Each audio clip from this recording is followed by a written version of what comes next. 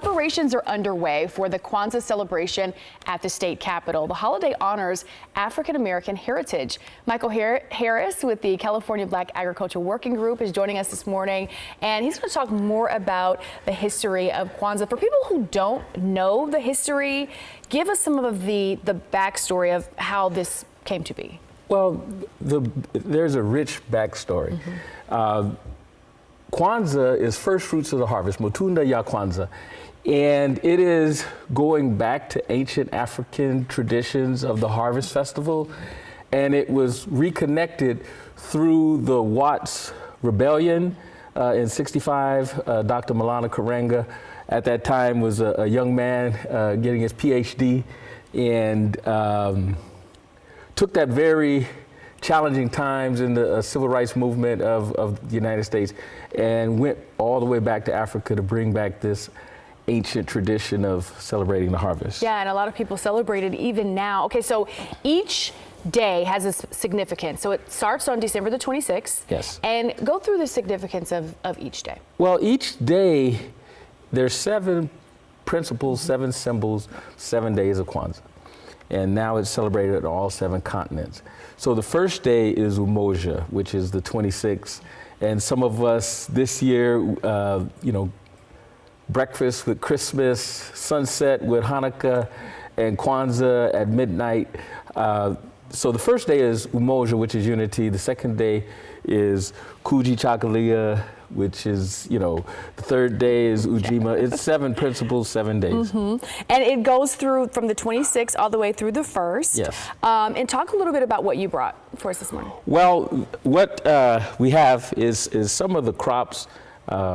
Again, the idea is to grow your food and celebrate the harvest.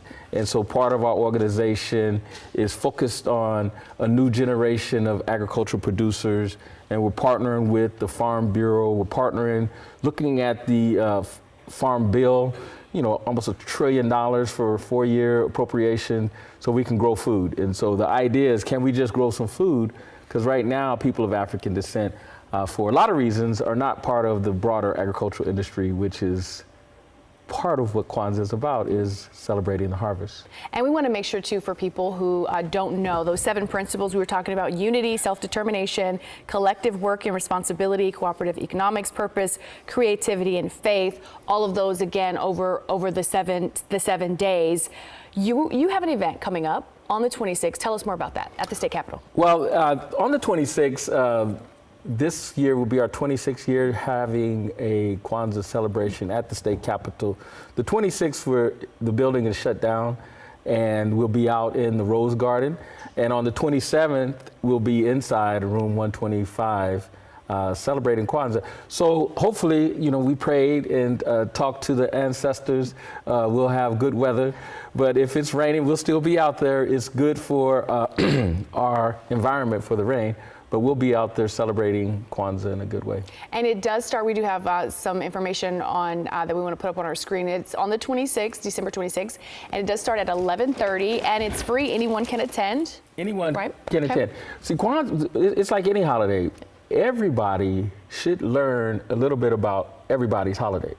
Now, of course, people of African descent will do our own deep dive and have this at our home and really look deeply of what Kwanzaa is and how we can be people of African descent on this planet.